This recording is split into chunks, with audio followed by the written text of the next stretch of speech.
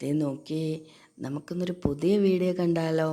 ഇന്നൊരു special video ഒന്നുമല്ല കേട്ടോ, എല്ലാവരും ഉണ്ടാക്കുന്നതാണ്. ലെമൺ ആൻഡ് ഡേറ്റ്സ് പിക്കിളാണേ. അപ്പോൾ നമുക്ക് നാരങ്ങ നന്നായിട്ട് കഴുകി ചൂടുവെള്ളം ഒഴിച്ച് ഒരമണിക്കൂർ റെസ്റ്റിൽ വയ്ക്കാം. അത് കഴിഞ്ഞ് നന്നായിട്ടൊന്ന് തുടച്ച് വൃത്തിയാക്കി ചെറിയ പീസസ് ആക്കി അരിഞ്ഞ് കല്ലുപ്പൊക്കെ ഇട്ട് നന്നായിട്ട് നമുക്കൊന്ന് മിക്സ് ചെയ്ത് വെക്കണം. ഇത് നന്നായിട്ട് മിക്സ് ചെയ്ത് ഒരു 3 ദിവസം റെസ്റ്റ് ചെയ്യാനായിട്ട് വെക്കണേ. എങ്കിലേ ആ ഉപ്പൊക്കെ നാരങ്ങയിൽ പിടിച്ച് നന്നായിട്ട് ഒന്ന് ഉപ്പൊക്കെ പിടിച്ചിരിക്കുകയുള്ളൂ കേട്ടോ. ഞാനിത് 3 ദിവസം മുന്നേ എടുത്ത വീഡിയോ ആണ് കേട്ടോ. അപ്പം ഞാനത് എടുത്ത് കാണിച്ചെന്നേ ഉള്ളൂ. എന്നിട്ട് നമുക്കത് മാറ്റി ഫ്രിഡ്ജിനകത്തോട്ടോ, ആ ഫ്രിഡ്ജിൽ വെക്കുന്നതാണ് നല്ലത്, നന്നായിട്ട് ആ ഉപ്പ് പിടിക്കാൻ വെച്ചിരിക്കുക. അത് കഴിഞ്ഞിട്ട് ദേ ഉപ്പ് പിടിച്ച നല്ല നാരങ്ങയും പിന്നെ ഡേറ്റ്സൊക്കെ കുരു കളഞ്ഞ് ഞാൻ വെച്ചിട്ടുണ്ടേ. അതൊക്കെ വെച്ചിട്ട് ഇനി നമുക്ക് വേണ്ട ഇൻഗ്രീഡിയൻസ് എന്താണെന്ന് നോക്കാം. ഇപ്പോൾ പച്ചമുളക്, ഇഞ്ചി, വെളുത്തുള്ളി, ഇത് നമുക്ക് കീറിയിടണമെങ്കിൽ കീറിയിടാം, ചതച്ചെടുക്കണമെങ്കിൽ ചതച്ചെടുക്കാം. ഞാനിത് ചതച്ചാണ് എടുക്കുന്നത്. കാര്യം ഇവിടുത്തെ പിള്ളേർ ഇതെല്ലാം പീസസ് ആക്കി ഇട്ട് കഴിഞ്ഞാൽ എടുത്തങ്ങ് കളയും. അപ്പം ഇതാകുമ്പോൾ ഒരു കാര്യവും നടക്കത്തില്ല കേട്ടോ. അപ്പം നിങ്ങൾക്ക് ഇഷ്ടമുള്ളതാണ് കിടാം. ഇനി മസാല, കുറച്ച് കാശ്മീരി ചില്ലി, മഞ്ഞൾപ്പൊടി, വറുത്ത ഉലുവാപ്പൊടി, പിന്നെ കടുക് വറുത്ത് പൊടിക്കുന്നവരുണ്ടേ. ഞാൻ പച്ചയ്ക്കാണ് പൊടിക്കുന്നത്, അതായത് വറുക്കാതെയാണ് പൊടിക്കുന്നത്.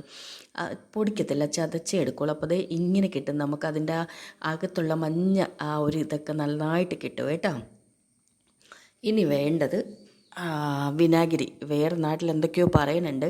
പിന്നെ നല്ലെണ്ണയാണ് വേണ്ടത്. പിന്നെ പാൻ വെച്ചിട്ട് നല്ലെണ്ണ ഒഴിച്ച് നല്ലെണ്ണയിൽ തന്നെ ഉണ്ടാക്കണം കേട്ടോ. പിന്നെ അതിനകത്തോട്ട് നമുക്ക് ഉലുവയിടാം. കടുക് വേണമെന്നുള്ളവർക്കിടാം, ഞാനിപ്പോൾ ഉലുവയാണ് ഇട്ടത്. അപ്പോൾ ഉലുവയൊക്കെ ഇട്ട് ഒന്ന് പൊട്ടി വരട്ടെ.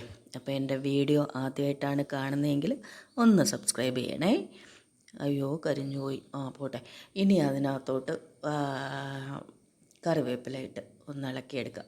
ഇനി ചതച്ച് വെച്ച ഐറ്റംസും ഇട്ട് നമ്മളെ ഡേറ്റ്സും ഉപ്പും എല്ലാം കൂടി ഇട്ട് നന്നായിട്ടൊന്ന് വഴറ്റിയെടുക്കണം. ഈ ഡേറ്റ്സ് ഒന്ന് സോഫ്റ്റായിട്ട് നമുക്ക് കിട്ടണം കേട്ടോ. അപ്പോൾ ഒന്ന് നന്നായിട്ട് വഴറ്റിയെടുത്ത് നല്ല സോഫ്റ്റായി കിട്ടുമ്പോൾ നമുക്ക് അതൊരു വേറെ പാത്രത്തിലോട്ട് മാറ്റാം. ഇതെൻ്റെ ക്യാമറാമാൻ്റെ കൈയാണ് എനിക്ക് ഡയറക്ഷൻ തരുന്നതാണ്. അങ്ങനെയല്ല കോരി മാറ്റേണ്ടത്, ഇങ്ങനെയാണെന്നൊക്കെ എനിക്ക് പറഞ്ഞു തരുന്നതാണ് കേട്ടോ. ഞാനെന്തായാലും കോരി മാറ്റിയിട്ടുണ്ട്. ഇനിത് വീണ്ടും നല്ലെണ്ണ ഒഴിച്ചിട്ട് അതിനകത്തോട്ട് നമുക്ക് മസാലകളിടാം. കാശ്മീരി ചില്ലി, മുളക് പൊടി, കാശ്മീരി ചില്ലിയും മഞ്ഞൾപ്പൊടി, സോറി കേട്ടോ. അതിട്ടിട്ട് നന്നായിട്ടൊന്ന് ബ്രൗൺ കളറിലാവുന്നത് വരെ നോക്കിയിട്ട് പിന്നെ കുറച്ച് ഉലുവാപ്പൊടി, നമ്മൾ നേരത്തെ കടുക് പൊടിയും വിനാഗിരിയും കൂടെ ചേർത്ത് നന്നായിട്ട് തിള വരുമ്പോൾ ഈ മാറ്റി വെച്ചിരിക്കുന്ന നാരങ്ങയും നമ്മൾ ഫ്രൈ ആക്കി വെച്ചിരിക്കുന്ന ഡേറ്റ്സും പിന്നെ കായപ്പൊടിയും കൂടി ചേർത്ത് നന്നായിട്ട് ഇളക്കിയെടുക്കണം. കുറച്ച് കറിവേപ്പിലയും കൂടെ, ഫ്രഷ് കറിവേപ്പിലയും കൂടെ ഇട്ട് നന്നായിട്ട് ഇതിനൊന്ന് മിക്സ് ചെയ്യണം. അതായത് ഈ ഡേറ്റ്സ് നല്ല വെന്ത് ഈ നാരങ്ങയോട് കൂടി പിടിക്കണം കേട്ടോ, എങ്കിലേ അതിൻ്റെ കയ്പ്പൊക്കെ മാറി നല്ല രസമായിട്ട് കിട്ടുള്ളേ.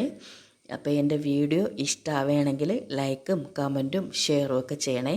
എൻ്റെ പുതിയ വീഡിയോസൊക്കെ കാണണമെന്നുണ്ടെങ്കിൽ അടുത്തുള്ള ബെല്ലൈക്കണും കൂടി ക്ലിക്ക് ചെയ്യണം.